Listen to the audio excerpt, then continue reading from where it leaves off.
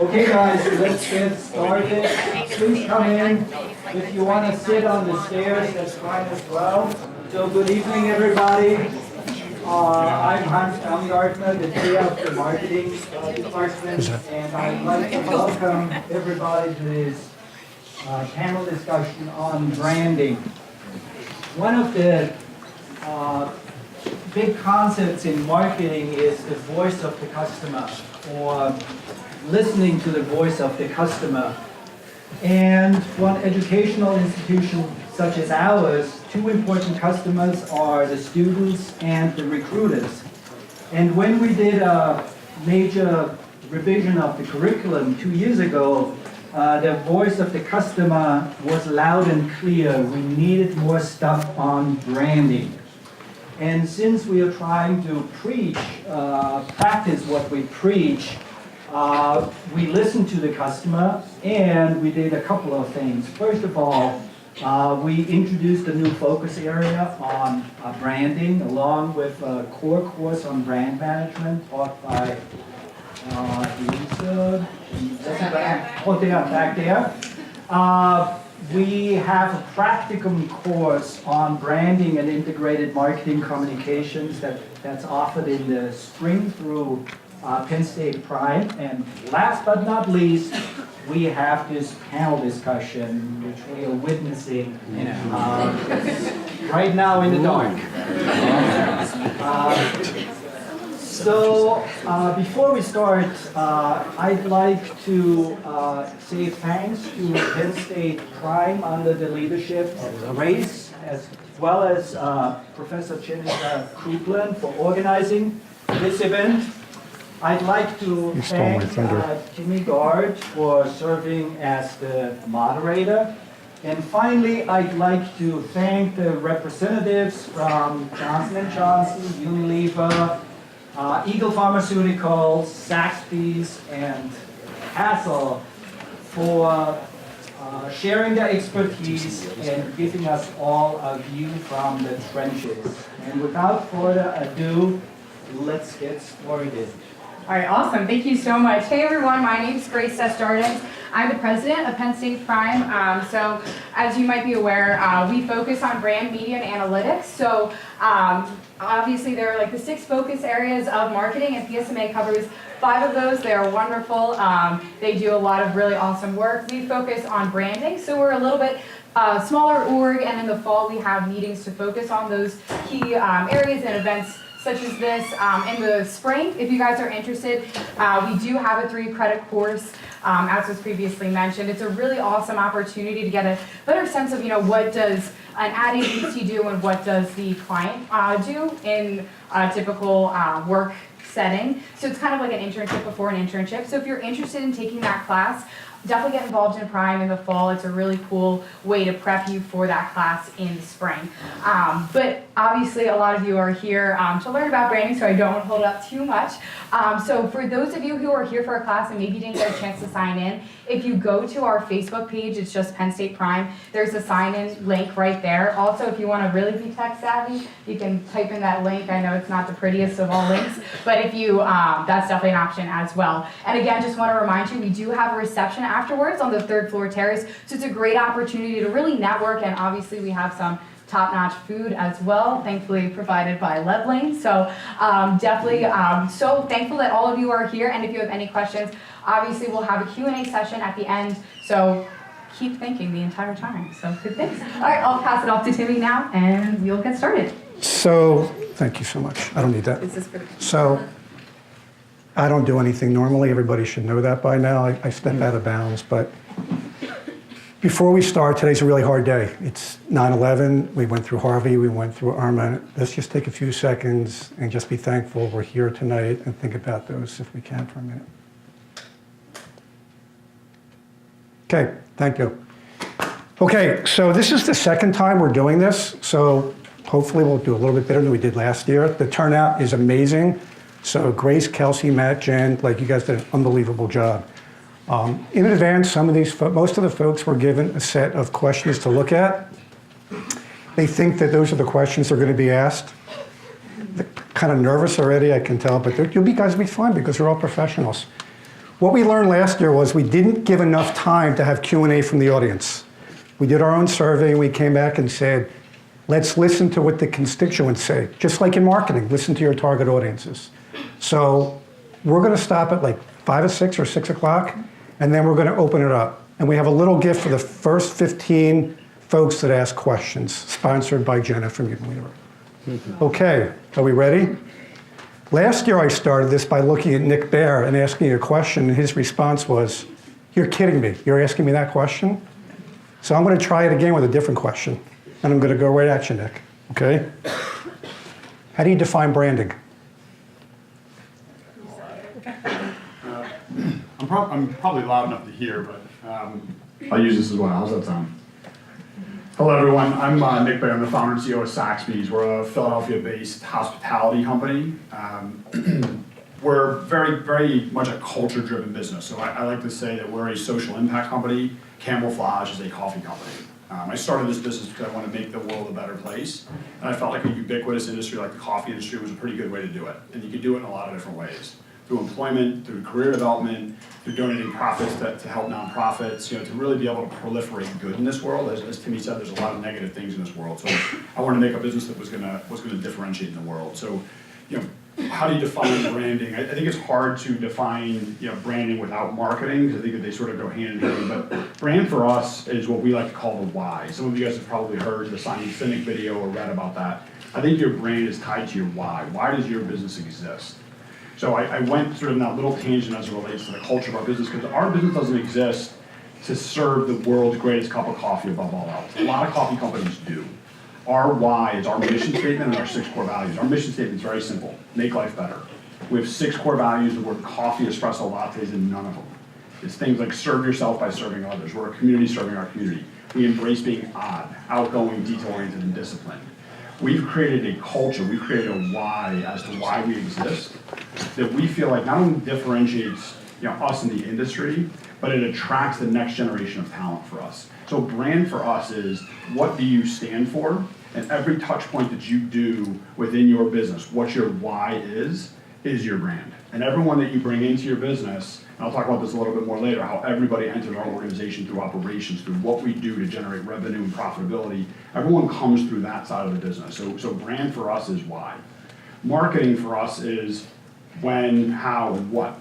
And you can't market yourself. At least I don't believe that you can market yourself unless you have your brand, you have your why down pat. So our why, make life better. Social impact, company camouflages a coffee company.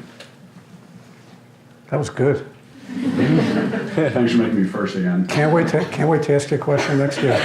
Jenna, taking what Nick said, difference between branding and marketing, what's the difference between branding and developing a logo, or developing a tagline, or developing a mission statement, or developing a personality? Yeah, I would say that what he said was very, very applicable to Unilever as well. I think when I think of a brand, I think of kind of what is the purpose for being behind that brand. So at Unilever, we have 6 Ps versus the 4 Ps you probably learned about in your marketing classes. And one of the ones that we added in our culture is actually proposition.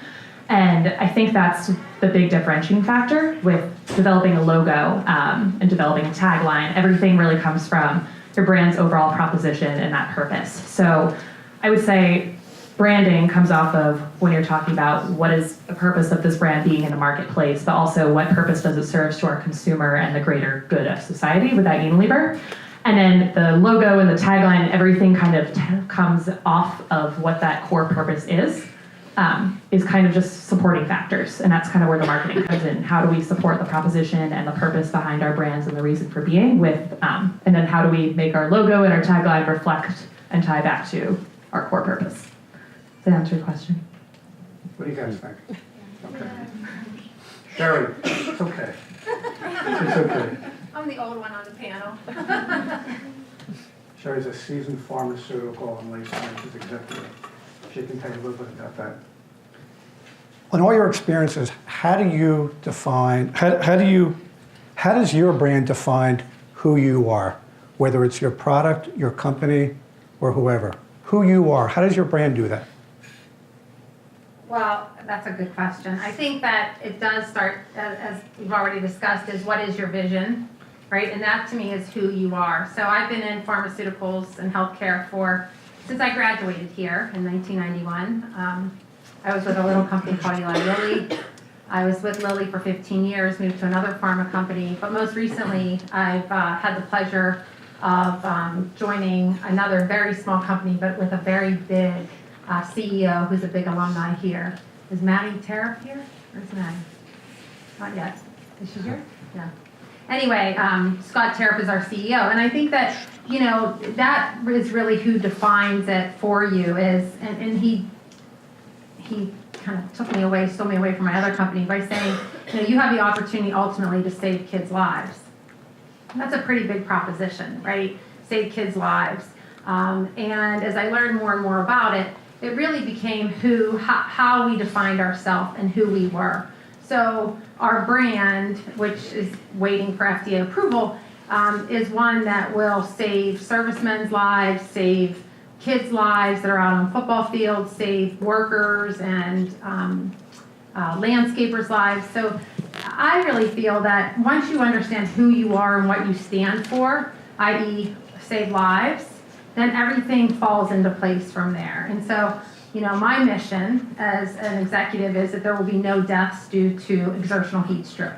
And so everything that we do on my team, Timmy's ad agency, works with us, is driving that mission, that there are no deaths. So no matter what it is that we do, whatever tactic we put in place, whatever logo, whatever tagline, all that we do is all in the essence of we're going to save people's lives. And so, that's how we do it. I feel really good about what we do and how we do it in healthcare. It often gets a bad rap, the pharmaceutical companies, but you find that you really can make a difference and change people's course of lives. Thank you. Ashlyn, you work for a big company, right? Tell everybody who you work for. I work for Johnson & Johnson. Okay, and the division you work with is? I work in OTC. Okay. So, big company, Fortune 100 company, been around for a while, very successful. How should your company culture measure up to its brand personality and the various products that you represent in your OTC division? Good question. So for those of you who are less familiar with Johnson & Johnson, it's a family company. It's been around for a very long time now. We associate our brand as an entire company with something that we call the Credo. And it is an intensive list of values that put our customer and our investors first. And we like to establish everything that we do around that greater purpose. So I think that in every brand that we have is all the unique personalities that we have, because you'll see an array of different brands that we have in our portfolio. Everything from Visine, which is a fun brand. I'm sure you've seen some of our older commercials about Get the Red Out, to a Listerine, to a Tylenol, and everything in between. And so even though we establish all these distinct brand personalities that are supposed to reach out to very distinct consumers and have a unique message, everything is surrounded by this greater purpose of the Credo and making sure that we're giving back to the community and we're putting healthcare first, and we're making sure that we're giving quality products back to our consumers. So that's something that Johnson & Johnson stands for. Great. Alyssa. Alyssa is our co-chair of our marketing task force on the board. One of the most fun people I've worked with. The true entrepreneur, has an unbelievable business that she will describe. Because my question to you is, how do you tell your brand story? That's a great question. So as Timmy mentioned, we're on the board together, and this is probably my fourth panel I've done with Timmy, so I've known never to open the file of questions they send you ahead of time because he's never going to use them. So always ready for kind of the things Timmy's ready to throw at you. What's interesting about my company is called Tassel. We're an engagement metric technology that helps institutions, higher institutions, and other professional networks better understand how to engage their constituent base for a lifelong relationship. And the way we approach branding as a company is very unique, because we're not only thinking about how we're positioning ourselves in the market with the people we're selling to, but how we're building tools that help our clients build their own brands and try to be in the back seat of that and supporting the growth of growing their brand and their strategy and being able to measure the strength of their brands when it comes to the networks that they're engaging. On a company side, we take a very kind of guerrilla marketing approach, guerrilla branding approach to building our own internal brand where because of the industry we're in that hasn't had a lot of disruption and doesn't have a lot of trust in the technology space and education, we rely very heavily on how people talk about our company versus the message we're putting out from a marketing standpoint. It's a very much so referral-based industry where people are speaking to their peers and other institutions and other networks and want to know personally about the company more so than any type of marketing material we could ever put out or any other conference we could present at. So it's a very delicate dance you do to put the way you are branded as a company in the hands of your clients, and involves a lot of trust and a lot of really strong values of the people you hire and bring on. But it's something that we really pride ourselves in the way that our companies perceive the industry. Awesome. Nick, your company just went through a rebranding process. I know that because I saw it. I want to know why you did that, how you did it, what research you used, and how are you measuring that? Are we going until midnight tonight? I had so much fun doing these yesterday. I know you did. So Saxby's, this is actually our 12th year of existence. So I started the business way before I was probably ready to start it. But I had this dream that I could sort of make the world a better place for the operation of cafes. So here we are today, we have 30 cafes, many of which are on or adjacent to college campuses, many of which are partnerships with the college or university where students run them for full academic credit. Business has evolved significantly. At one time we were franchised and we're currently corporately owned. The business has really evolved, and a lot of it's evolved because our consumer has evolved. You know, when I was your guys' age, there were almost no coffee shops on college campuses. You know, we certainly weren't teaching entrepreneurship on college campuses. Things have really evolved, and so I blinked, and we're about 10 years old, and the business model had changed rapidly. And I quite honestly got to a position where I would look at our logo, it said Saxby's Coffee, it had a circle, it had a coffee cup on top of it, and there was steam in the form of an S coming out of it. And quite honestly, I started to really despise our logo. Every time I looked at it, I really, really disliked it. And it was this faded maroon color. And that's hard. When you live in Philadelphia and you have 16 locations with your brand all over the place and you go into your office every single day, it's a hard thing when you start to dislike your logo. So I knew we had to do something about that. We hired this amazing duo, these brand consultants. One was out of New York, one was out of LA. We wanted people that were completely unfamiliar with our business.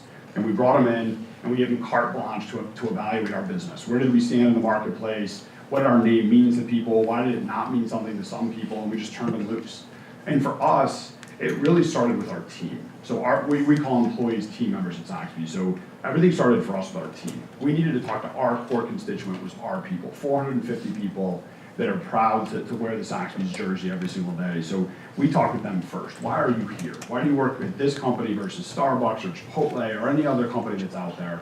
And what does that Saxby's stand for you, and how do you feel the brand looks? And then we went to consumers, we focus groups, we talked to people that were our demographic from a consumer perspective, but were not coming to us.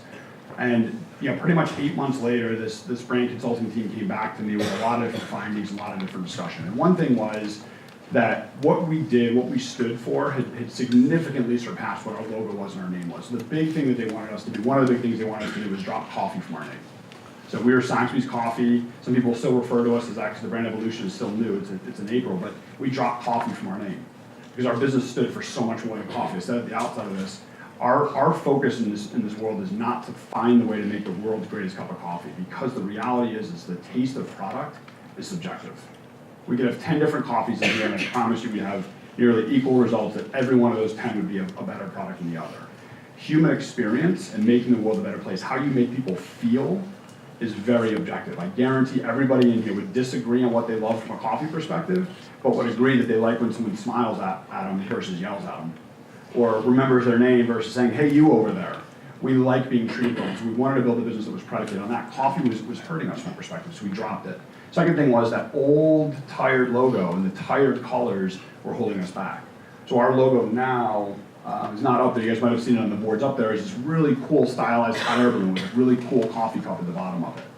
And you know, that hot air balloon stands for the uplifting experience of Saxby's, working there, coming into our cafes, how we differentiate in the marketplace. And a quick side story, because the young man is here, very, very entrepreneurial, candid organization.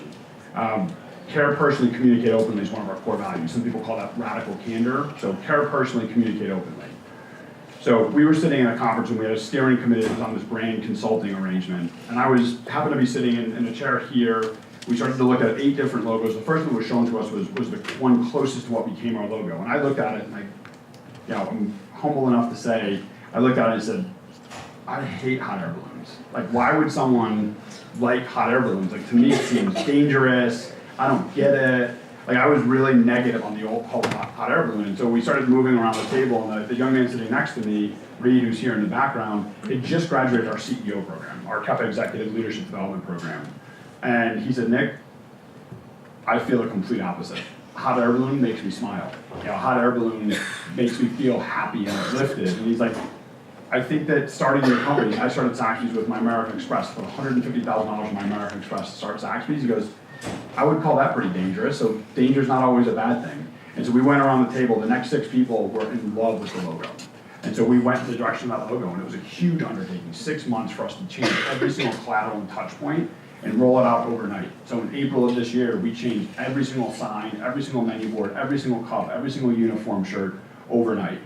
And I'm amazed, I still get emails and text messages every single day where people say, your logo makes me smile. Whether they're people I know or they're people that are just tweeting at us from 30th Street Station in Philly, the logo makes you smile. And so that's when you know your culture, your why, can shine through on touch points like your logo. And so dropping off from our name, stylizing our logo, updating the colors was such a game changer for us. And we've watched the business just really take off because now we have something that we can really market. It's really aligned with the culture of why.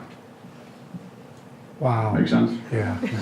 Awesome. And Timmy gets to walk out of his apartment building every day and walk right by the Zaxby's and see that hot air balloon. Hopefully stop in and get coffee too. Excellent. Sherry, you've worked for some big companies also. Now you work with a smaller type company. What's the process you have used and are using now for brand development? That's a good question. I think there are critical people that are involved in developing your brand. I like to say brand planning, it's that time of year. But there's a lot of people involved, a lot of different types of individuals. I think that, the analytics and everything that we do, we measure everything. Every touch point, any way and every way you can measure it digitally with the customer. We talk about voice of the customer. We measure it. So market research for us is critically important. That's one regret that I have in my, I don't want to say how many years, but that I never did a market research stint when I was in marketing. Because I think it gives you the foundation, it really helps you understand and enables you to learn how to build stories to tell your brand story. So I think that market research is a critical component of that. I think the salespeople are critically important. One of the questions, I don't know if Timmy's gonna ask, but is, should you ever do a sales stint? I am 100% always say, that's where you learn the most. You learn what the customer's needs are. The sales piece of it was always the most important part of my career in learning. And I still go out with salespeople to learn and hear from customers. So, am I answering the wrong question? Nope, you got it. I was going to ask that question. You're answering it. I can't even read your handwriting. Okay. So anyway, then you have a lot of other people. But I think then, to Timmy's point, that's where you involve your advertising agency, your public relations firm, in pharmaceuticals and healthcare, you use medical communications agencies. And really, that's where you bring together, you assess what you've done, what has worked, what it hasn't worked. You look at all the analytics, numbers don't lie. You listen to the customer, and then you start to build that brand plan. We always start, I know it's, an oldie but goodie, but we always start with our SWOT. I mean, we always go back to our SWOT and involve all of these players to say, here's what's working, here's what's not. Let's be honest with ourselves. I think too often we all want to believe that what we did really worked. And we look for ways to find analytics to help support that, when in all essence, maybe it wasn't the best decision. And so we have to adjust and readjust. And so, we start with our SWOT, we then develop our plan, and that's how we go about it. Does that answer your question? What do you think? Good? Awesome. But I do want to say one other thing too. We're going through right now at Eagle this whole corporate rebranding, similar to what you did, and it's really a fascinating experience. We learned from our customers that just because we're named Eagle, we don't need to have an eagle in our logo. You know, just by saying Eagle, people get it. So it's a really fascinating experience as you have experience going through those things and understanding what really matters to people and who you are as an organization and how you can demonstrate that through your brand.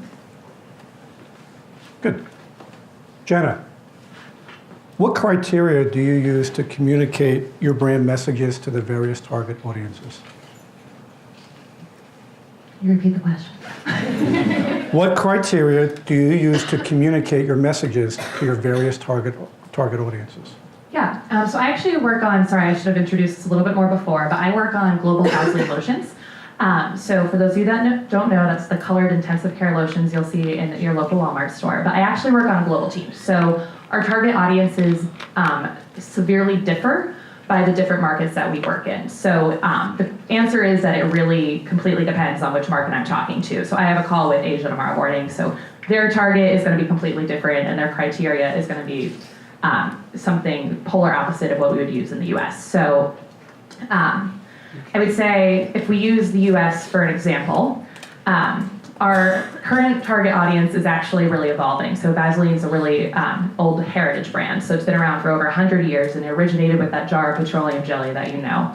And over the years, we've evolved into the lotion portfolio, which is what I work on specifically. So we were typically going for that, the everyday mom that's shopping for her family's lotion pack and she wants a valuable product that really works well.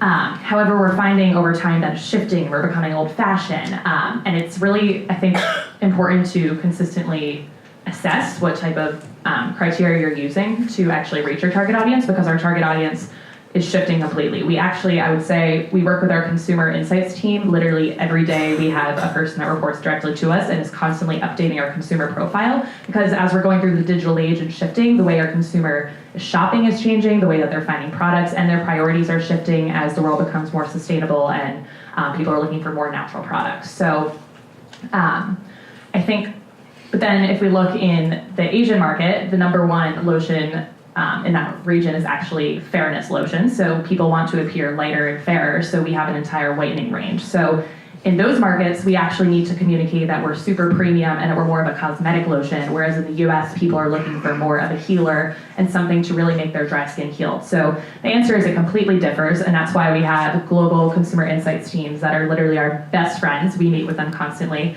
We also have local consumer insights teams that our global teams coordinate with to make sure our consumers are aligned and that we have the right strategies to reach consumers in different areas. So overall answer is that it totally depends, but the core of Vaseline lotions is about healing.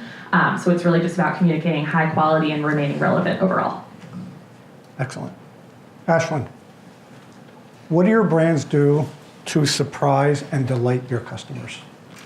So really great question. We're actually going through a really interesting journey with the brand that I have right now. So I mentioned Visine.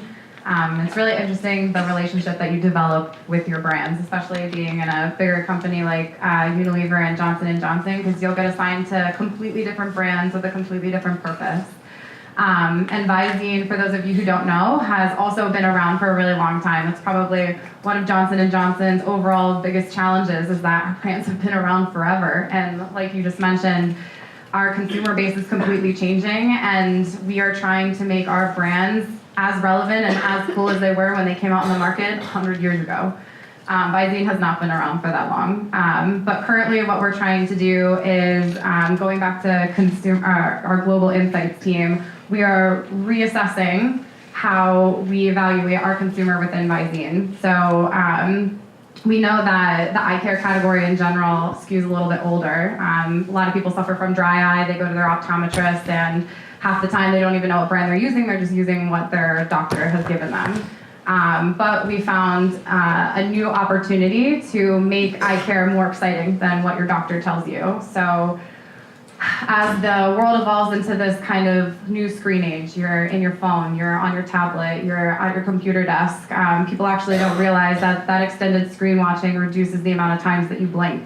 reduced blinking actually causes dry eye. And that's an insight that appeals to a much younger audience. So instead of going into the doctor's office and sampling, like I feel like a lot of our competition is, we're trying to figure out new and innovative ways that we can capture you in those binge watching moments. So for instance, when you are watching your Game of Thrones on YouTube and finding out what the next, what the insights are to who's going to die next or whoever. There's new and upcoming technologies coming through. I'll just give you an example through Google. And they're constantly bringing new and innovative ways for us to talk to our consumer. And it's a program called Bogon. So instead of creating one static message that is the same no matter where you are viewing your content, I can create one image, but I can adjust the message 2,000 different ways. So that when you're watching your Game of Thrones, it'll be like something. Does anyone even watch Game of Thrones? Is this a bad reference? What do people watch in here? So maybe your message is something around winter is coming, make sure you grab your Visine, you know what I mean? And then if you are someone who's a gamer, it would be a tailored message to gamers. So we're trying to figure out all those unique places that unique younger consumer is watching and figuring out how to communicate with you guys in a more unique way. So that's one way that Visine is doing it, and it's a challenge that we'll continue to face across all of our brands. Excellent. Melissa, either with Tassel or before, how do you use research to measure brand awareness, brand satisfaction, and what are some of the new unique ways that are in play right now for companies like yours? Yeah, we use research everywhere from lead gen all the way through when somebody's a client. We're still using a lot of research on them. We're tagging all of them in our database set so we can do even segmented outreach while they're still a client of ours, knowing what's important to them and what their specific needs are, because our client base breaks down into a lot of different use cases in our technology. We have 3 different technology solutions that we sell. One faces their end constituent and through a mobile platform. One is a tool for volunteer leaders, and one is a tool that's an analytic platform that they can use at their institutional level. But every one of our clients has very different needs, so we're always doing research, whether it's directly with them through client calls or lead calls, or doing research through reporting we get on things that are public across the internet that we're pulling in and having interns or our lead gen team essentially really understand where we can identify big pain points to get to the door and where we can best communicate to make sure that they're continually satisfied using our products and we're satisfying their largest pain points. And then trickling down to some of their smaller pain points throughout. So we use a lot of really cool tools that help from everything from CRM management through our lead pipeline to systems like Intercom that let us use our market research to create automatic tags on our client base so that we can automate certain messaging at certain times, whether it's they haven't logged in 15 days or they haven't used a specific tool or feature. We can automate through some of the research of our own analytics and analytics we're bringing in to really determine what's the best messaging to get right out in front of them and what's the best channel to do that. Great. And Nick, what are some of the unique ways you've been able to have your brand stand out from the competition? So unique ways for us to have our brand stand out. So our brand is very real estate, or as we like to call bricks and mortar dependent. We've made a decision as a company to really have only one focus for how we build our business, which is through the operation of cafes. And that, again, ties back to our mission. So we want people that were hand-chosen, hand-trained, hand-promoted by Saxby's to be connecting with our consumers. So if you make great coffee and you put it on a grocery store shelf, there's no one from Saxby's connected with you. So we've chosen to not have that as a brand extension. Therefore, the operation of bricks and mortar is the important thing for us. So our brand, Make Life Better, our culture, our core values, what it is that we do. We hire people, when we interview people, we do not ask them, can you point out the blender or the espresso machine? Because we quite honestly don't care. We can teach you those hard skills. We can't teach you the soft skills of, if you wake up in the morning and you kick your cat and say something mean to your roommate, it's hard for us to get you to then flip the switch and be nice to people, to be nice to your team members, to take care of your guests. So we look for people that are people, that like being around other people, that like, by default, to do nice things for people. And so we pull all these people together, and we want to locate our bricks and mortar. We want to put our cafes in a place where we can make a difference. So there's a couple key areas what we look for. One, our transportation hubs or high-rise buildings. When you guys are getting ready to fly, getting ready to take a train to Union Station or 30th Street Station in Philly, are you expecting to go in there and see people with huge smiles on their face, ready to take care of you? Of course not. It's the complete opposite. We've seen everything with United Airlines and all kinds of things that are happening. So we have, when you go into 30th Street Station, the third busiest train station in America, when you walk in there, there's a 270 square foot section that actually employs 50 people. They're 50 of the friendliest people you've ever met in your life. Because they go in there and they open at 4 o'clock in the morning. I got 2 text messages today about that location, because people are going through that train station and they're just so, like, their shoulders are up, their fingers are clenched because they just can't wait to get out of there, because everyone's in a hurry and rush and need. And then you go to the Saxby's and it's underlit and backlit. It's like a beacon of light. And then you start communicating with people that love their job and are there to be able to serve you and take care of you. So that was a very important thing for us. It cost us almost $200,000 a year to rent that space, so I didn't choose it because it was cheap to operate. That's a lot of money for a really small space. We did that because we knew our brand could really stand out in an environment like that.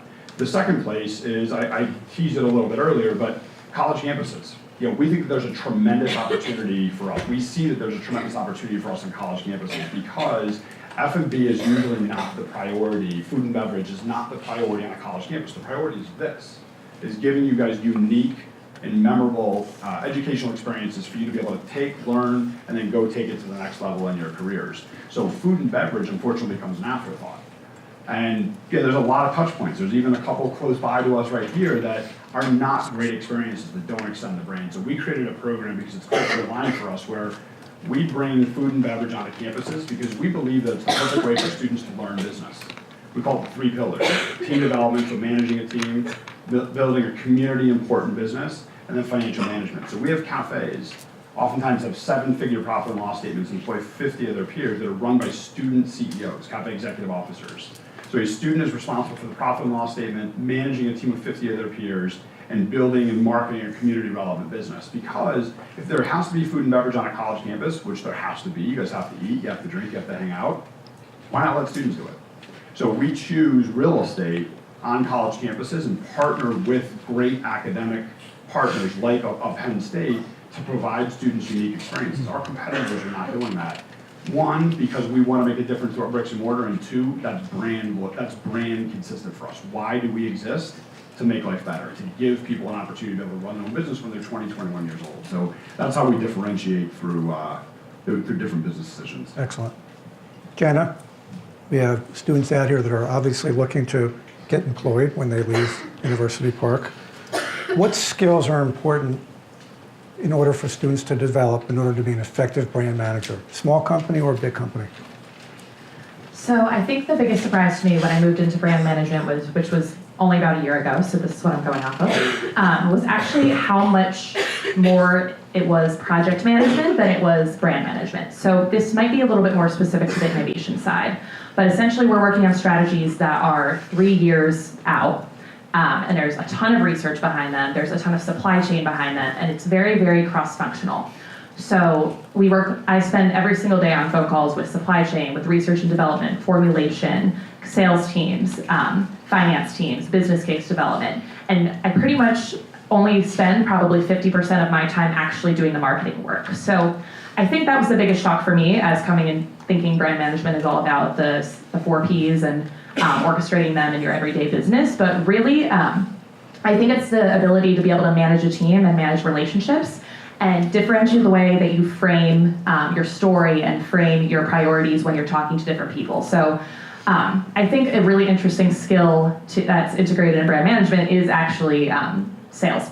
So I worked in sales for 1.5 years prior to moving in brand management. I was on our Walgreens sales team in Chicago, go Cubs, and had to sneak that in there. But I at first wasn't really excited. I was like, I want to go into marketing. And everybody told me you've got to do sales to understand marketing because brand management really is this cloud and this magical world of strategy and dreams. But if you don't know how this is actually really going to be executed in the store, it doesn't matter how great your product is. If Walmart's not putting it on the shelf, it doesn't matter. You just invested millions of dollars and it will never get into the consumer's hands.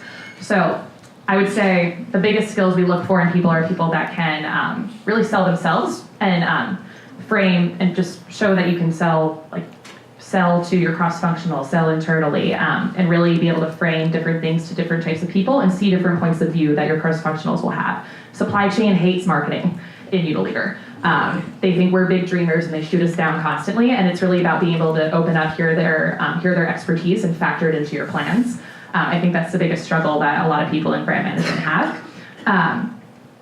And yeah, so I would say being open-minded and being able to manage a team. A lot of what I do is sending out emails for other people to do work, and if that's not on time, it's on me, even though I'm not actually the one doing the work. So definitely a lot of project management, time management, and relationship management is what it all comes down to. Excellent. I'm going to ask just a couple more questions because we're getting ready for the audience to ask questions, okay? So, Ashlyn, in brand development, what's more important, the creative message or the channel? Or neither, or both, or other? Oh, I don't know that I could say that one is more important to the other. I think you alluded to this really nicely, that if you come up with an amazing creative message and a story and resonates with your consumer, if you don't deliver it in a way that is meaningful to the consumer you're trying to target, it doesn't matter. So there's so much evaluation that goes into the holistic plan that we put together, and it's just this evolving circle. And I always compare brand management a little bit to like running your own business. It's not just about the big idea. It's not just about understanding your consumer. It's about how do you manage your budget? How are you going to allocate money appropriately to the right buckets? If I'm investing all my money into, you guys probably don't even know what this is. It's called an FSI. It's a freestanding insert that goes into your newspaper. But my target audience is 18 to 25. No one's buying a newspaper. So, you know, beyond the budget management piece, you're also forecasting. A big piece of it is understanding what is happening in the business environment that are the puts and takes that are going to drive your business and also going to decline the business, and what are you going to do to mitigate the things that are going to decline your business. And then it's also about, you know, and I think I take channel multiple different ways, right? It's the channel of your communication. It's the channel that you are distributing your products. Obviously, we would love to be in every place possible, but even as we're developing our plans, we're deciding which retailers that we want to invest our time in. You know, maybe we have a product that is, again, if we're using Visine as an example, most people are going to drug classes of trade. They're not going to their local grocery store. Maybe because we're going after this binge-watching consumer, we want them to buy right online. So maybe we're going to invest a little bit more strongly into e-commerce and Amazon-type channels. So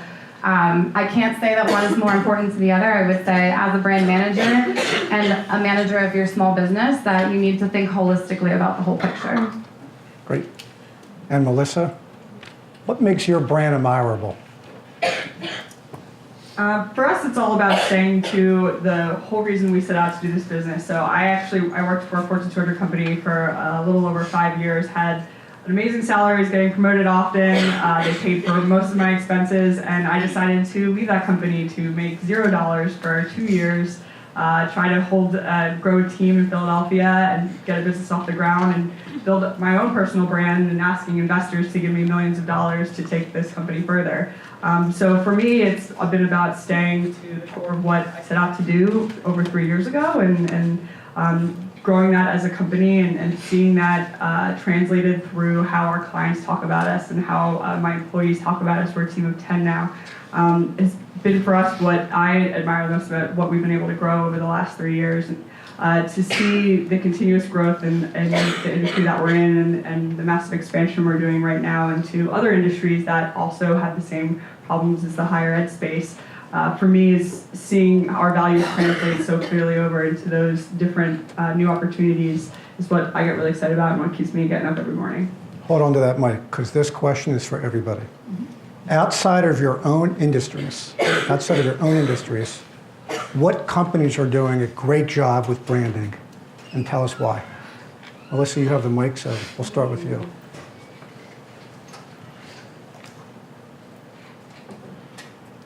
It's a good question. There's a lot of really good companies out there. I will plug for Saxby's right now because I'm over in Philly and I wanted to jump in the last question on what makes them stand out specifically in Philly. And for me, it's I get very involved and run across Nick probably more frequently than being in the tech industry and the coffee business, we probably shouldn't cross paths as often as we do, but I drink a lot of coffee.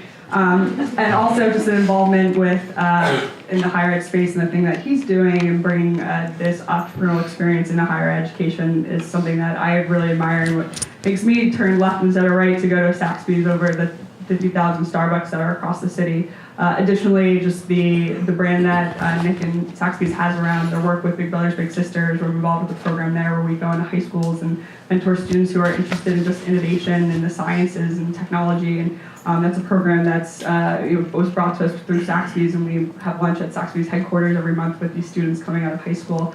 So just knowing what the brand that they're building outside of just the coffee business and the reputation that they're building and the continuous learning and education of the entrepreneurial spirit and going after what you really want and being happy in your career is something that I always admire in Philly. So. Sherry? I have to say anything Procter & Gamble still. I think they're masters. I don't know how many of you have seen, and obviously, different demographic, I get it, but the Gain commercial with Phil Dunphy from, you know what I'm talking about? So, I mean, it doesn't, I'm my age, but my daughter, everybody can rehearse that commercial, say that commercial over and over again. And Gain was a product that you would never use. I grew up on Tide and Cheer, and that's all we used.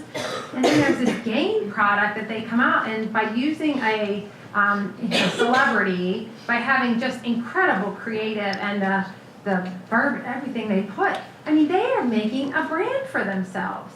The other one that I think, and I don't know who that company is, another brand is that Purcell.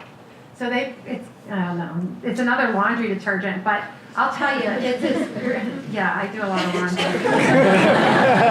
But it's just amazing, I think, really, about how they're going about branding, entering into, a market that is just, there's all the generic brands and everything, but these two products are making a name for themselves and doing it, whether it's, online or on TV or in the free FSIs, etc. They're really coming out with some really, I think, great advertising. So I like those. Do hit the switch. That's the. Good. Nick? First, thank you, Melissa. That was very kind of you. For those of you guys who do not know Melissa, and if you didn't look her up, please make sure you do. She's already making Smeal and Penn State proud, but she's an absolute rock star entrepreneur. That means a lot to me to hear her say what she said about Saxby. So, keep up the great work. For me, I'll name two. You guys may or may not be familiar with them. One is going to be Sweet Green. Any of you guys know Sweet Green? So, salad company. They serve lettuce and carrots. And they do it really well. They've raised $140 million in the last 6 years. I'm a little personally in love with them because they wrote most of their business plan in the Saxby's we have at Georgetown University. So it's three guys who created the business plan as seniors in college. So we've sort of watched them grow up, and I'm going to watch Melissa's business far surpass mine one day because of all of her Saxby's support, hopefully. But Sweet Green's amazing. They talk about the sweet life. So I always say that when you walk by a Sweet Green, I feel healthier just walking by it. Because it's bright, it's vibrant, everyone's smiling, there's an energy and happiness, and every touch point they have in the business is about the sweet life. So such a tremendous brand. And then the other one is Shinola. Any of you guys heard of Shinola? So Shinola is a company that actually does about $350 million in revenue, which is shocking that they've grown so quickly. But they are an affordable luxury maker. They make this watch, for example. So they started in watches, but more importantly, they start and build everything in Detroit. So everything that they make, watches, great leather goods, turntables, it's a really cool, affordable luxury men and women's brand, is all made with inner city Detroit labor.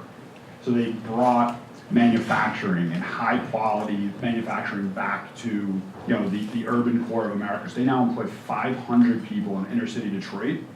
They took over an old GE Innovation building, and that building now has the #1 rated public school in the entire city of Detroit, all funded by Shinola. Many of the people that work in their building are actually putting their kids through it. So they're competing with the big luxury brands, and they're doing it with American inner city talent. It's a brand that I absolutely love tremendously.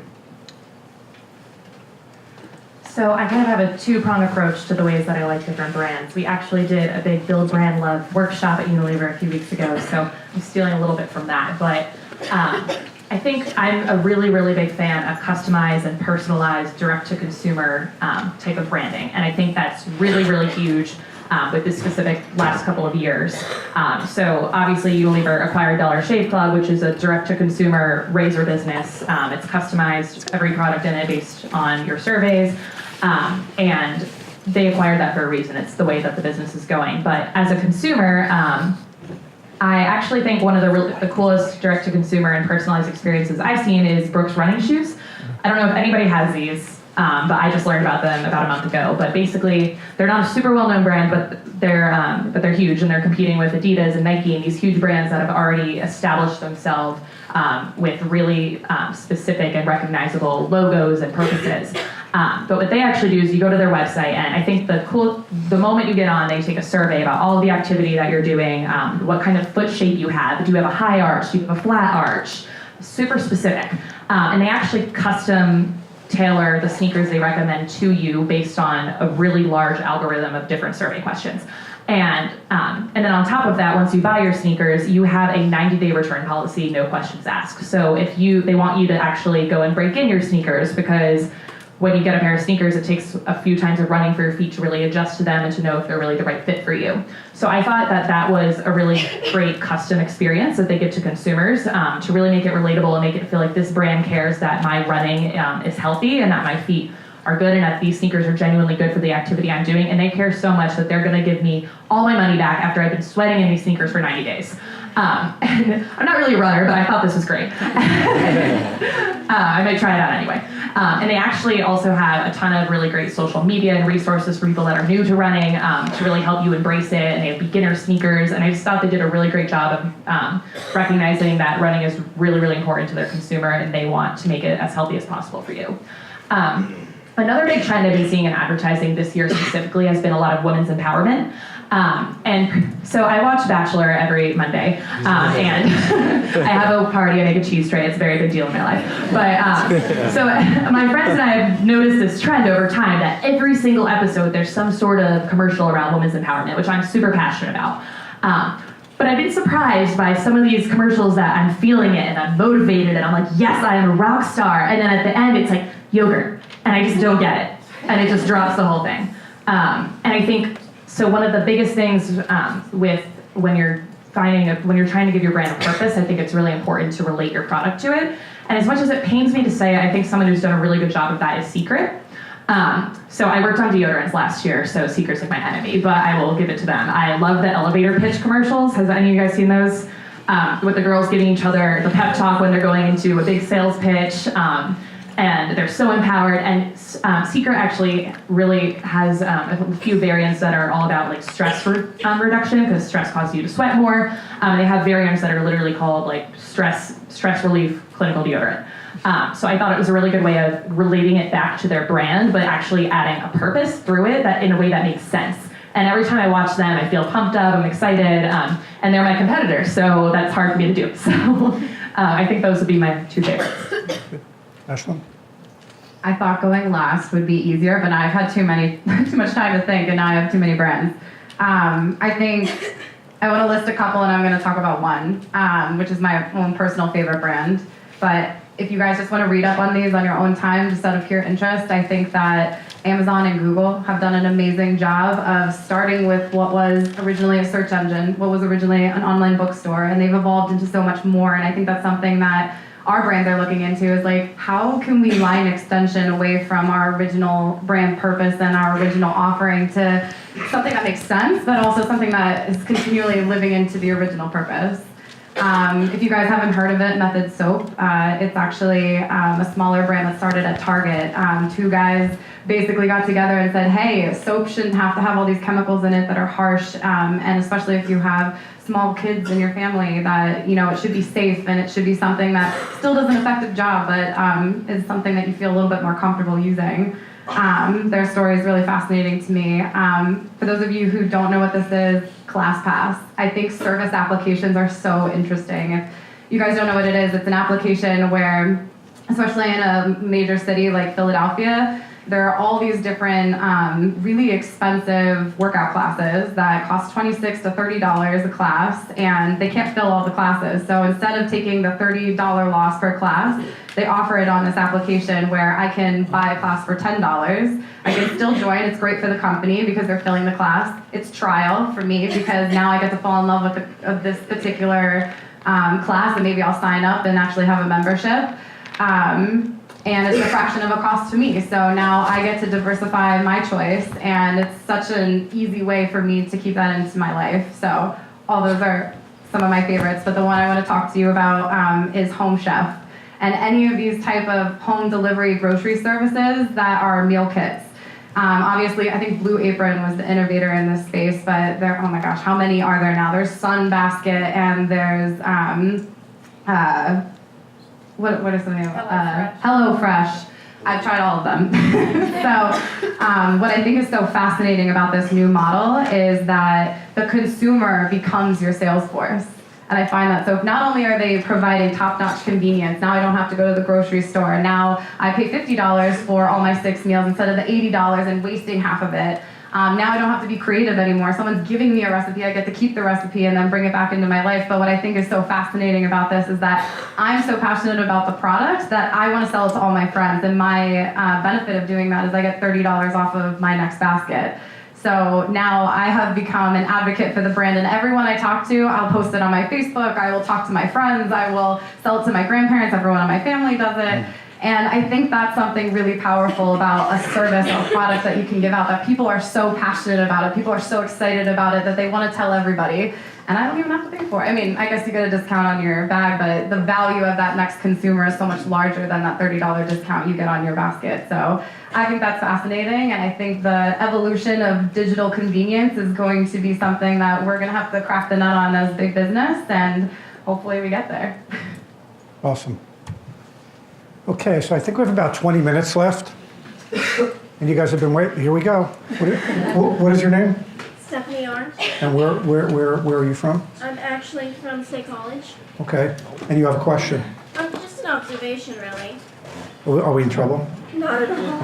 This has been fascinating. Actually, I just want to say that the question, which was inspired, about the favorite brand and how they do it well. And I gotta say that the first thing that came to my mind was American Ninja Warrior. Instantly, first of all, it's flashy, it's entertaining. They've got the women in empowerment connection. They've got they've got regional and national contests, so it draws in on a different geographical basis.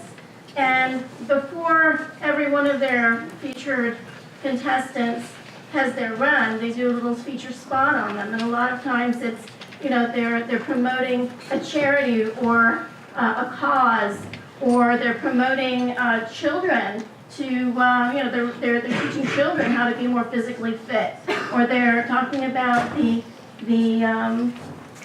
gyms that they're building and how those gyms are starting to proliferate across the country. So there's a 1,000 different positive aspects that are coming out of this show, which is basically TV entertainment. But to me, the brand is being created so well, and it's driving all this other change. So I just thought I'd throw that one up. Thank you. Okay. I'm coming to you. What is your name? Haley Moyer. And where are you from? Pennsylvania. Oh, good. Right where we were in Philadelphia. I'm going to give you the microphone. You're going to have to speak up a little bit. Okay. So my question is for anyone who feels qualified to answer, but how would you say that branding or the branding process differs between a small company and a larger company? You have to do a lot more yourself in a smaller company. Yes, somebody who owns a company and wears all the hats from time to time. You definitely. I used to work in corporate America, where and a lot of what the brand teams did. There was a lot of meetings and a lot of you have a lot more resources to bring in to add to those decisions, which sometimes adds a lot of time to it, but also adds a lot of amazing insights. When you're a smaller company, especially when you're just starting out, you're making a lot of decisions really quickly and testing the waters and seeing what works. And there's not as many risks when things don't work, and you just try again and you try something new. Where when your brands are large and developed and been around for a long time, taking those risks can be a lot. It can be much more riskier and a lot more at stake. That you're not as agile in making big shifts and wanting to reinvent your brand. Yeah, I had a brand where my marketing and advertising budget was $100 million a year. That's a lot of money, right? And that allowed me to be able to take more risks, right? I could do more testing. Hey, does this work here or there? Now I have a brand that it's about $15 million. And it's hard to make that shift. But it makes you, I think, to your point, it forces you to be much more disciplined in the work that you put into your decisions. So, if I could take one or the other, I'd like to be small but still have $100 million.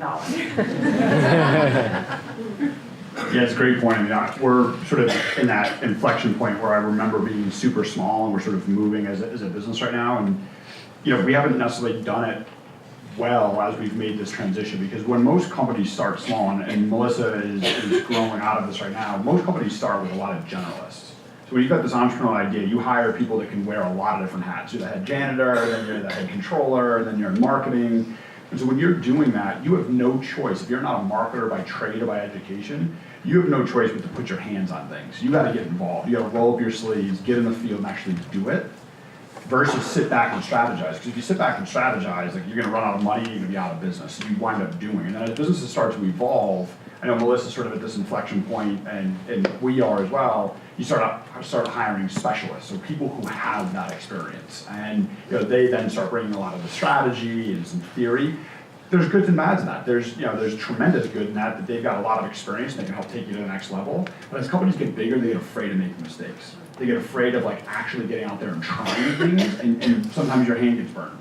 When you're a little company, you don't care. You start high-fiving when you make a mistake. And so I think that's part of the difference. But I think that as young people looking to sort of get experience, you got to get some small company experience. I think it's really important. As you guys are looking to get internships, pick good companies you would bet on. I don't think you should just take any small company. Bet on a company that you believe is going to grow, like a Tassel. But you got to get that experience. It's really important to see what it's like to be entrepreneurial, because it becomes so hard as companies get bigger to stay entrepreneurial. And they only got big because they were entrepreneurial. Do you want to post the answer for the big company? So I haven't worked at a small company, but I have worked on a very small brand, and I have asked this question to a few senior leaders within Unilever as well. So I'd say when I first entered with Unilever, I was on a small brand called Motions. It's our ethnic hair brand. And it came over with our acquisition of Albro Culver with Tresemme and Simple in, I think, 2010 or 2011. And obviously it wasn't really, not a lot of investment was put behind it. So I hadn't realized this because it was my first time on a brand team, but we had no budget to the point where we didn't even know how much of our product was selling at Walmart because we didn't purchase the purchase data. So at a big company, that is pretty unheard of. So the type of research that we had to do while working on that type of team, I think the biggest difference for me was just the resources. So we ended up kind of taking on a startup mentality. We had to go out. We just went out to stores. We took pictures. We talked to consumers. We talked to stylists. We found out what was important, but we did it all just from scratch.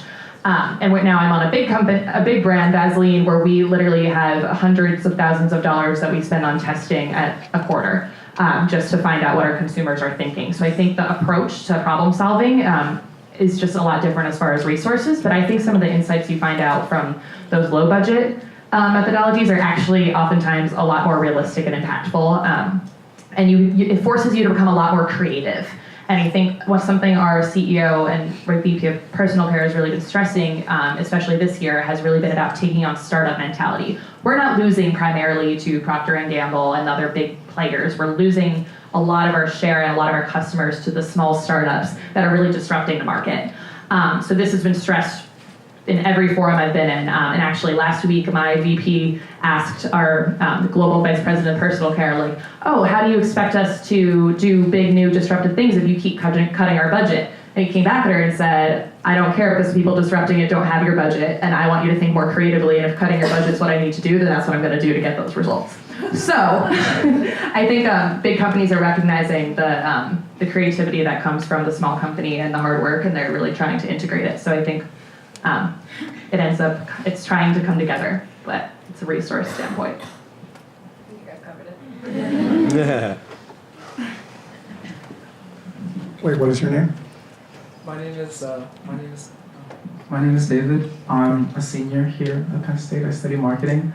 I know we're all kind of young. We're kind of sitting on this side, and hopefully in a couple of years we can be over on your side. Hopefully giving some insight of what we learn in the business we're involved in. But my question to you is, I know there exists this side of making money and being commercially and financially stable and secure, and in that way being successful. But outside the field of making money, because naturally this is a goal for all of us, what has been the most rewarding aspect of the job that you do outside paying bills and outside making quotas? And yes. Can you write my questions next year? I'll tell you, I had a very, very large brand, drug brand. It has a taboo name now. I'm glad to say I'm no longer with it. But I ran EpiPen. And you probably all heard of an EpiPen, and you may carry one. But I'll tell you, you could say about making the money, doing commercials, all that kind of fun stuff, building great teams. But I'll tell you what made it all worthwhile for me is to hear a mother say, my kid ate peanut butter by mistake with a babysitter. The EpiPen was there, and we used it, and it saved my kid's life. And that is that intrinsic reward, that if that's important to you, when you're looking at companies, you really have to understand that. So I know Timmy had put in some questions, none of which he asked, but about culture, right? And when you're talking to your potential employers, to really understand what is important to that person. So anybody that interviews with me will come away saying, Sherry wants to save people's lives. No, hands down, that's it. That's why I exist. So no matter what brand I'm on, that is what I have to do. If somebody called me today and offered me $1 million to run an antibiotic, for example, for a pharma company, I would say no, thank you, because it doesn't give me that intrinsic reward. So if that's important to you, that's really important whenever you're interviewing. Great question, David. So, as I've mentioned plenty of times already today, obviously we're a social impact company. I'm super focused and motivated by this now because 3 months ago I was at Bain. Have you guys ever heard of Bain? So Bain started as a consulting company, probably hires a lot of you guys, and now has one of the most successful private equity arms in the entire world of private equity. So we got a chance, I was with a small group of business people, and we were sitting with their CEO, and their CEO wanted to talk to us that day about the 9th vertical. So they invest in healthcare and technology, consumables. He wanted to talk to us about the 9th arm. The 9th arm is what they call double impact. So companies that are as focused on making the world a better place as they are on making money. And he's like, you know what, at Bain, we raise a lot of money ourselves, and then we take it to the street and see who wants to invest in this fund. They were shocked at how much money they were able to raise internally, and they oversubscribed a $500 million fund to find double impact companies. And so I literally was scribbling notes, and I was talking to a very, very successful Penn State alum. Have you guys heard of Mark Brownstein, the Brownstein Group? So Mark is I believe, a Smill grad as well. Phenomenal guy, hires a lot of Penn Staters. I was texting him being like, this is a dream come true because this is why I started my business, was this exact thing. And so 2 things that stick in my mind when you ask a question like that is, one, that's the future. When Bain raises that kind of money, the future of business, you guys as a consumer generation, you guys as generational leaders are going to require businesses to be double impact. It's no longer good enough to just make money, it's just not. And then have your accountants tell you, cut checks to minimize to nonprofits to minimize your tax burden. Not good enough anymore, you gotta be double impact. And what I'm doing in my business, so I don't care if you know the difference between a blender or an espresso machine. If you're culturally aligned for us, we will hire you. So we have a young man people who've traveled through 30th Street Station, he's our number 2 in charge of our number 1 location, our system, hired him out of a homeless shelter. Never met his father in his life. He now has 2 sons. He's on full salary, he's been promoted 6 times in less than 4 years. He's in training to be a CEO. He's gonna run his own business unit as a young person who was pretty much left to handle himself since he was 15 years old. And speaking of CEOs, this morning I had breakfast with our student CEO from Drexel University. This is a young man, he's 21 years old. Dad was all the way to prison when he was about 5 or 6 years old. He was having breakfast with me, talking to me about his experience running $1 million unit where 45 of his peers report to him. I'm proud of that because I was a terrible business person for years out of school because I had no experience. I had no idea what it was to manage people, understand, present a profit and loss. That young man, he comes in our office and presents a profit and loss statement every single month to my management team. 21 years old. I would have never showed up to that, and I would have had nothing good to say.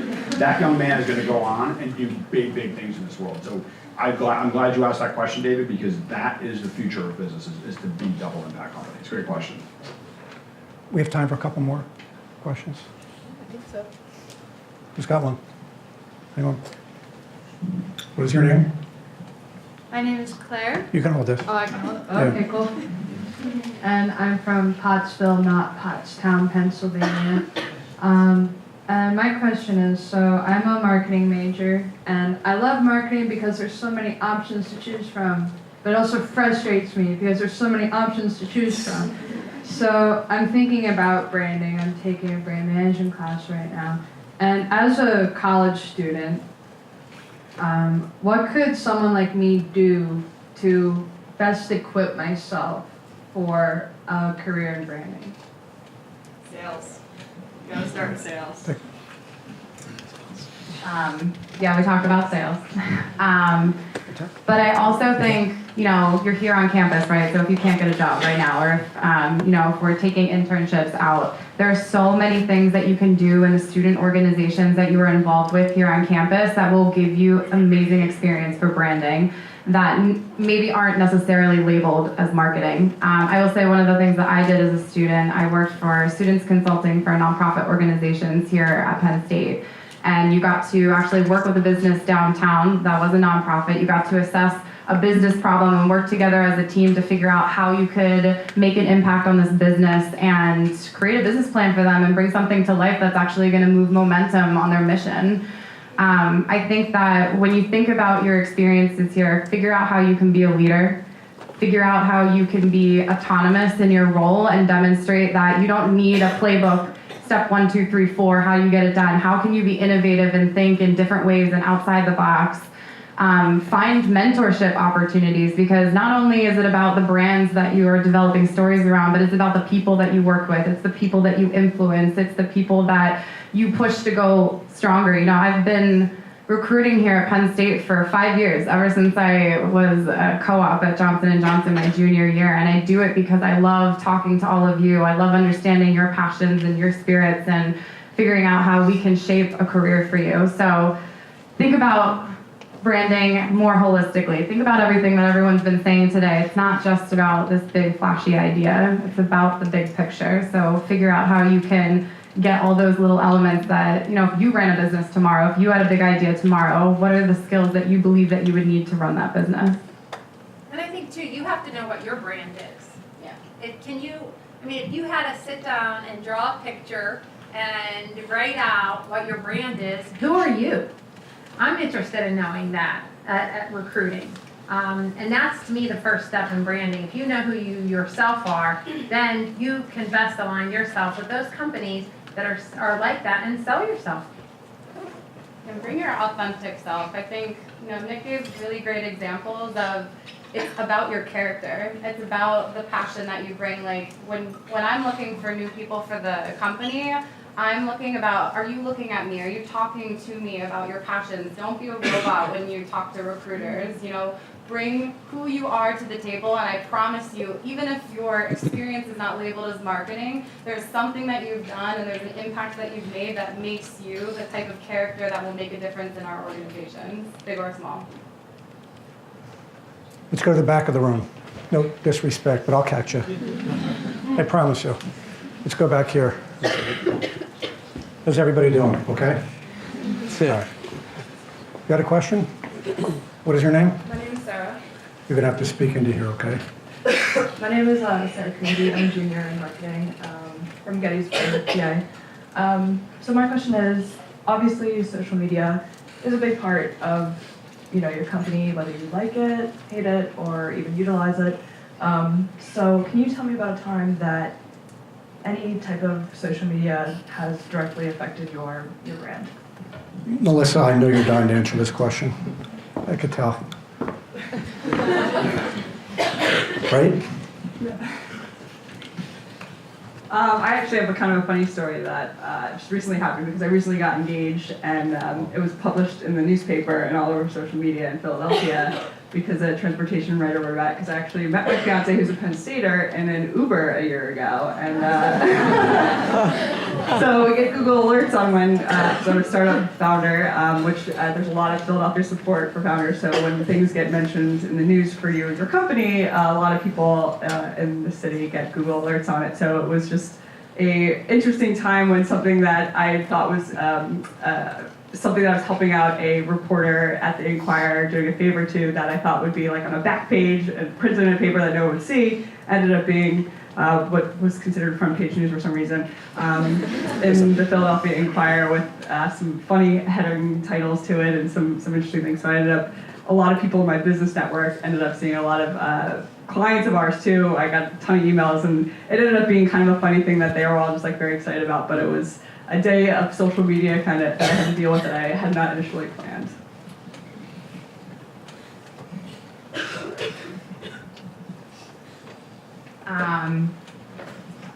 I can't say one of my brands in particular, but I will say that social media is so powerful. I'm a millennial, and I quite honestly, I still don't really understand it. Don't really use it, which is terrible.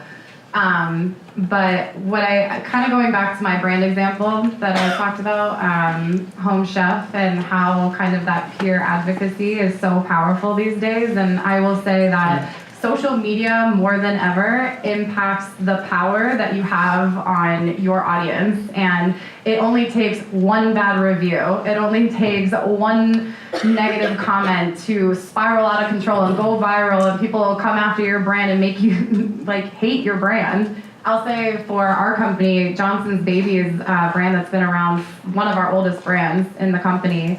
And there was somebody who published a not entirely accurate scientific article through social media talking about how the chemicals in our products were actually dangerous for your child and could cause cancer. This went viral, and of course, as a mother, you would never want to endanger your child in that way. And our entire strategy has been evolving for the past 5 to 6 years because now we have to convince, not only do we have to keep millennial moms interested in our brand, but now we have to combat this huge statement against our brand that's, what a horrible thing, you know what I mean? And so it can absolutely destroy or promote your brand, and I would say it's a dangerous tool for any of you that use social media a lot. Be careful about what you say.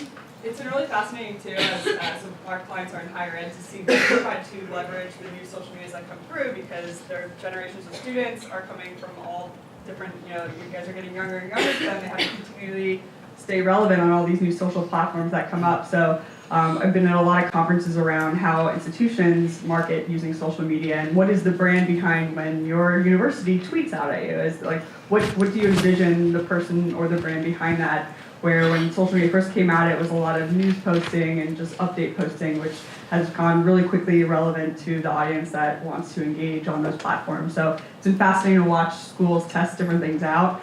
I know over at St. Joe's in Philadelphia, their person who handles social media at one point responded to a student who tweeted, like, parking's total crap on this university and tweeted it at St. Joe's, and he responded via Twitter asking kind of where he was trying to park, and he told him where he was going to class, and he actually went out and took a picture of the empty spots and posted it as the university, and it got like the most retweets, and it was like, well played, St. Joe's, like they totally put that student in their place. Or when students are tweeting about, oh, I'm not going to class today, super hungover, the university goes, we're calling your parents. Like, so people are having some fun with it and trying to liven up those brands and how they engage and stay connected to you. But it's definitely been a challenge as to, what's the appropriate way to really leverage a brand such as a university when it comes to these platforms. I think on that theme too, a little bit on the higher ed, but just also the key of branding is know who you are and stay focused on what you do. So I saw EY was out here, Ernst & Young was out here. They've done this thing for 35 years now. They do it globally. It's called the Entrepreneurial Year. It's a really, really rigorous process. And we won this year, Saxby's won. I didn't even think we would be nominated, and we wound up winning Social Entrepreneur of the Year, meaning a company that entrepreneurially is making the world a better place. There's no better award for us to win. It's the only one that I actually want to win as a company. And so we posted that obviously on social media, and it was grabbed by a board member of a university back in Philadelphia who tweeted it at a really, really social media savvy president. Said, we really need a company like this involved at our university.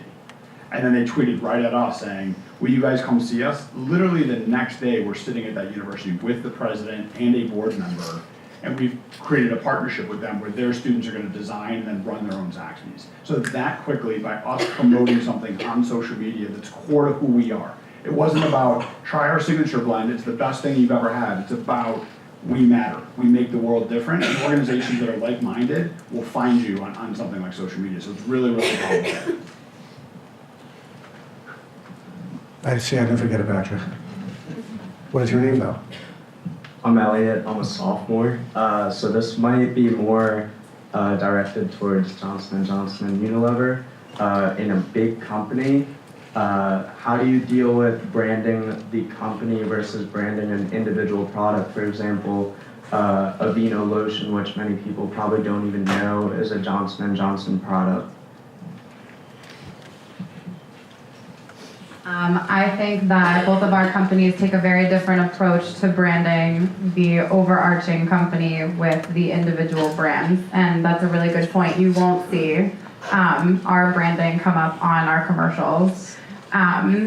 For those of you who don't know, Johnson & Johnson has been through a very interesting journey, and I'm sure a lot of you have heard of or had a case study of some kind of some unfortunate things that happened to us back in 2009. And there was a quality issue with one of our brands that, out of corporate responsibility, we decided to remove a number of our brands and our products off the shelf to ensure that the products that we had out in the marketplace were safe for our consumers. And because of that, we made a corporate decision to separate the brand that the Johnson & Johnson brand from some of our individual brands. But that being said, Johnson & Johnson as an entity, you'll see that there will be brand agnostic commercials or brand agnostic messages about Johnson & Johnson and the greater message of our company about healthcare, about making the world a better place, our entrepreneurship, our charitable efforts and things like that. And I think that it's unique, I think, it could benefit us to put the Johnson & Johnson brands on our brands, but things happen in big companies, and you have to make really hard decisions in big companies in order to, ensure the overall equity of the bigger conglomerate is in a good place. So that's kind of our unique position, and maybe Unilever has a different story. So we pretty much have the opposite story. So this is an interesting question for Unilever in recent years. So when I told people that I was interning at Unilever back in 2012, 2013, when I was at Penn State, people said, what company? Who? And I'd say, oh, Dove, Axe, Ben & Jerry's, Tresemme. And people are like, oh, that's such a big company, I've never heard of it. And that has been one of the biggest challenges in our HR department in the US, because if you say Unilever in the UK, everybody knows who it is. But here it's Procter & Gamble, it's J&J. People don't know the name Unilever as much, but they know our brands. And something interesting there is that each of our brand has very different, used to have very different values and different branding that they were individually crafted to be. But in recent years, there's been a really big initiative to start relating Unilever to our brands more, because it was actually a problem for us to have that disassociation. But so now you'll see the Unilever banner come up on all of our commercials. But I think it's still a struggle. But I think one piece of pushback that we often got with branding Unilever is people started saying, okay, well, Unilever, for those of you who don't know, we're super passionate about sustainability. We have 3 really large sustainability goals. And overall one, our products are in the hands of billions of consumers every day. So to make sure that they're doing better for the world is kind of at the core of our purpose now. But then people were calling us out. They were saying, how do you own a brand like Dove that focuses on self-esteem and lifting people up? And then you have a brand like Axe that talks about getting the girl and being sexy and showing the guy with a great body running on the beach. How do you have 2 brands under that same company? Where do your values really lie? And that was a really tough challenge that I think the brands have been doing a really, really great job at trying to reverse in recent years. So for those of you who haven't noticed, Axe's branding has completely shifted. It's more about embracing what makes you a man and what makes you attractive, there was a big Super Bowl ad that I loved this year. It opens up with a guy that says like, do whatever like makes you feel good, basically, and it opens up with a guy like, well, you've got that nose, and then it shows a guy like, why do you need to like look great when you've got those wheels, and it shows a guy in a wheelchair. So just super different branding, and I think it's tough because it's been branded the same way for years. So making that shift is really, really significant. And it doesn't resonate with every consumer that we've been identifying with recently, but basically Axe is aiming to be relating to the millennial male, and how can you do that when you, it's kind of about making sure your brand's purposes all align to your overall company purpose, and I think that's what we've been working on in recent years. So Unilever focuses on sustainability, and now we're aiming in the next 10 years for every single brand we own to have some sort of a sustainable purpose, but it takes time because you have to figure out what purpose actually aligns with your consumer and can relate back to your brand. So it's a process we're still going through, but our brands with a sustainable purpose sell 80% better than the ones that don't. So it's something that we're really trying to cascade down. So it's a really good question. I think that's a really good point too. Just to like add on to what I said, even though we don't actually have our brands present, like the Johnson & Johnson brand present with all of our individual brands, I think it's a mindset in how we think about our brands, because there's a certain parameter where we just wouldn't go. I know I keep using Visine, and it's just because it's top of mind for me right now, but we know that a lot of partiers and people who have late nights or people who might smoke use things like Visine, but that's never a space that I think a Visine would go, because it's out of line with what our core values are as Johnson & Johnson and as a health company. So I would say that I think that's a really good thing to keep in mind, that no matter what, Johnson & Johnson will always be our guiding compass in terms of where we draw our barriers. Okay, so I'm going to turn it over to Grace right now because I think we've reached our first part of our limit, and I'm going to give it to you. All right, awesome. So thank you guys again so much for coming out. We're really happy you were able to be here, and hopefully you learned some things. Definitely, if you are available, definitely come to our networking reception. It's the third floor terrace, so outside that area that kind of connects both sides of the business building. We will have food, and the panelists will be there as well. So if you're interested in networking or just hearing more about their stories and how they got to where they are, definitely stop by. It's a really awesome opportunity. And for those of you who are Prime members, if you're trying to get points, the secret word on the form is going to be branding. And I personally wanted to thank Ashley and Jenna and Melissa and Sherry and Nick for their valuable time. Everybody's coming in from out of town. I know it's a pain in the neck to be asked to do this over and over, but we have standing room only. We have sitting on the floor. It's the second of our series that we'll just continue to move on. And I thank you for all your time and effort and really good questions. And we'll see you upstairs.